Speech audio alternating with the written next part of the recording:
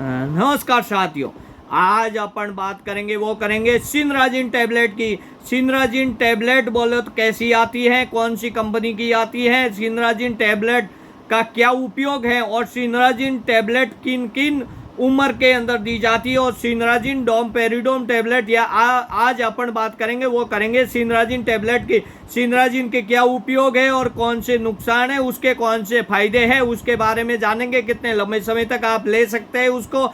सिनराजिन tablet इसका क्या है, भीतरी जो कान की रक्त वाहिनिका को संकुलन को रोकने के लिए काम में आती है और इसका कान के अंदर ये माइक्रो सर्कुलेशंस में सुधार लाने के लिए काम में आती है। ये सिनोरेजिन्स ये है एंटी हिस्टामिन नामक एक दवाई का समूह है और ये कान आंख आंदोलन करने वाले शरीर के अंदर विभिन्न भीतर करने वाले काम के अंदर काम में आती है। सिनराजिन टैबलेट आज अपन बात करेंगे सिप्ला कंपनी की, सिप्ला फार्मेसी के द्वारा जो लिमिटेड है उसके बारे में बात करेंगे। इसका जो हो उपयोग है वो आम तरह से आप लोग उसको मोशन वह सिनेनेक्स वह कान की बीमारी के निदान में काम में लिया जाता है या फिर अत्यधिक किसी को चक्कर वगैरह आता हो उसके लिए भी काम में लिया जाता है, क्योंकि ये जो मेडिसिन है, ये सिनराजिन जो मेडिसिन है वो विशेष करके 12 साल के उम्र के बच्चे को ऊपर वाले को दी जाती है।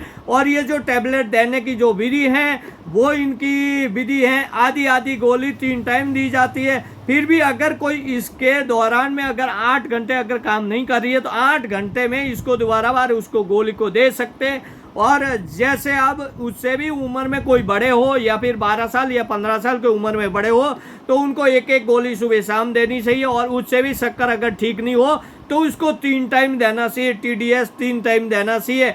ये गोली एक आवश्यक रूप से मात्रा में दी जाती है। उसका जो समय है वो 8 घंटे के डिफरेंस का समय होता है। और ये जो सिनराजिन जो टैबलेट है वो सिनराजिन टैबलेट, इसमें सिनराजिन 25 mg टैबलेट में आता है। ये है इंटाहिस्टामिन बोले तो एक नशीली दवा का प्रकार है जिसका उपयोग ये एक मेनियर रोग जैसे सर्कुलेशन वह विकारों में काम में लिया जाता है। विशेष करके इनमें जैसे अब किसी का चक्कर आना या फिर कान के अंदर कोई आवाज हो जाना या फिर किसी को मितली हो जाना या उल्टी हो जाती है, मितली हो जाती है, तो उन प्रयोग में दिया जाता है। और ये जो टैबलेट हैं उनके जो फायदे भी हैं, अगर कोई सिनराजिन टैबलेट को लगातार कोई यूज कर रहा है या फिर उसका सरल रूप से ये जो बोले तो एक सुविधाजनक एक ऐसी मेडिसिन होती है जो किसी भी मेडिकल स्टोर में मिल जाती है। और इसका जो विशेष करके जो अस्तरीय दवाई है इसका रक्षा करने के लिए अरु शिकर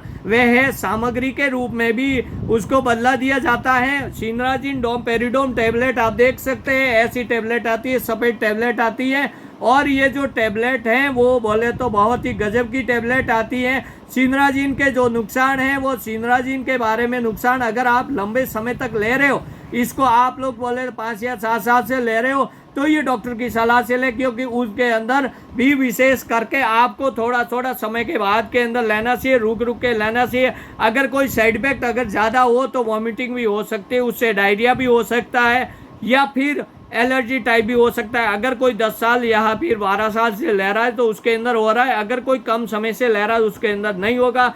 मैं आपसे आशा करता हूँ कि आप चैनल पे नए हो तो सब्सक्राइबर कीजिए डॉक्टर AP मंडलावत के चैनल पे।